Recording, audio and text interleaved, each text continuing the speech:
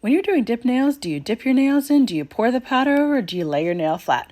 What's up, nail crew? It's Nicole, your fellow nail obsessed DIYer. Today we are going to be talking about the different ways to actually apply a dip powder.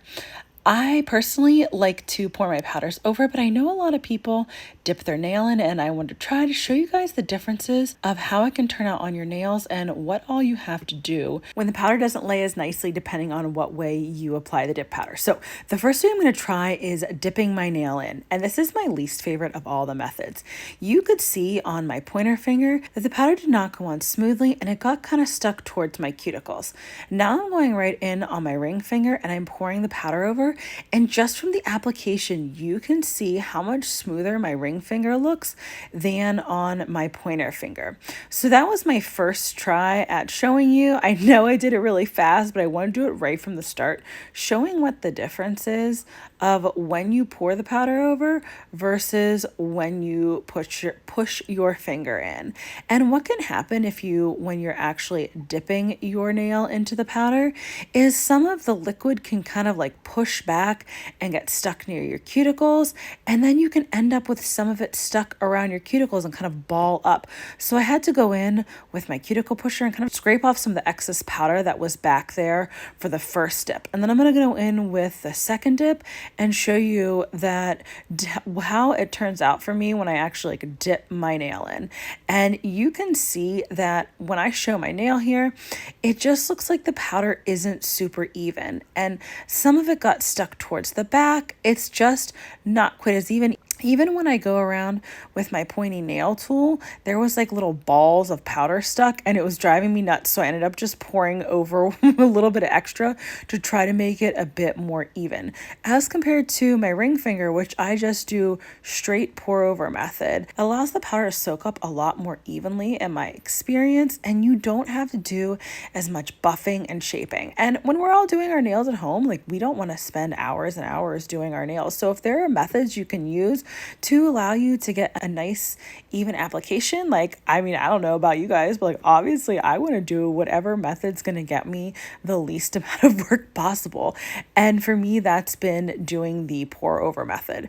And when I'm doing any kind of color blocking, I like to do the pour over method as well.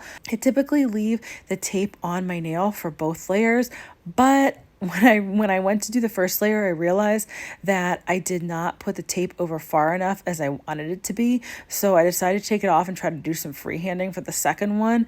And if you know me, you know that I'm not super particular. So it being not perfectly straight isn't that big of a deal to me. No matter what method you use, you want to make sure you brush off any excess powder in between each layer. Now I'm going to show you how my nail looks after 2 dips of the actual dipping it in method. And you can see that there's a lot chunked up at the back, which was really driving me nuts. But I knew once I put the clear powder over it that then I could just do some extra buffing and filing. And then I'm going to bust out my Efile to really smooth that out at the end. So, it's definitely workable if you do the actual physically dip your nail in, but I just really think that why would you want something that is not going to come out quite as nicely and quite as even if you could do a pour over method that's going to be a lot easier. So that to me is a huge difference in doing the actual push your nail, dipping it in versus pouring over. You just end up having to do a lot more work. And if you're anything like me and you do your nails at night, you definitely do not want to be doing any extra work. When you're applying the activator and you have a really dark or really pigmented color, take a lint-free wipe or a paper towel and wipe your activator brush on it in between each layer. Then you're not going to have contamination on your activator brush, which can transfer to other manis. So if you do a lighter color next, then you could get some of that dark color from your last mani on it. So just wipe it off quick in between each layer of the activator, and then you won't have to worry about that. Now we're going to talk about how you lay your nail flat into powder. And I typically do the lay flat method for glitters, flakes, and foils. Once in a while, I'll do it for powders just to kind of remind myself how it feels and see if I like it or not. But for the most part, I just do it for those 3. It works really, really well for glitters, flakes, and foils because you get the most even application by laying your nail flat into it. So the glitter that I'm using is a really, really fine glitter. When you're using a really fine glitter, you want to shake the glitters up to the top so that you get all of the glitter pieces up there before you lay your nail flat into it. When you're doing a chunky glitter, it's a little bit different. You don't want to pick up the big chunky pieces right off the bat, or else your nail will end up being chunky. But when you're using a really fine glitter, or even like a medium glitter that's not super chunky, it's okay to pick up a lot of the glitter pieces right from the start. And you want to do that, especially when you're using fine. I always like to shake up the glitters because it seems to push up the pieces that you want up to the top, especially like the most pigmented colors of the glitter. It just pushes them up to the top. I don't know what it is about shaking it. I'm sure there's some kind of like scientific reason, but it just works really well when I do that. Then you can just trace around your cuticle, and you can see with these fine glitters, they lay so beautifully flat that laying your nail in just works so well to get everything really nice and have an even coverage. You can just quickly trace around your cuticles before that dries. And when I'm doing color blocks like this that are half of a glitter color, I just try to carefully go in with my dip base brush to fill in the rest of the area. If you are super particular about your lines being perfectly straight with a color block, which I am not, but if you are, you absolutely, what you can do is you can activate the one side of the nail that's already been color blocked. So I could have activated the red side and let that dry and then put tape over it so that my line for the glitter would be super, super straight as well.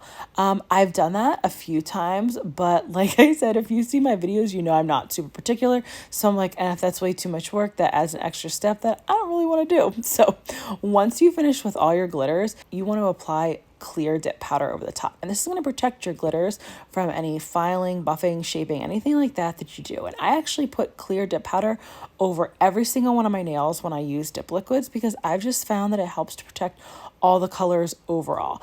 And when you're using clear dip powder, you can pour it over, you can press it into your nail, you can dip your nail in. Any of those work with clear dip powder.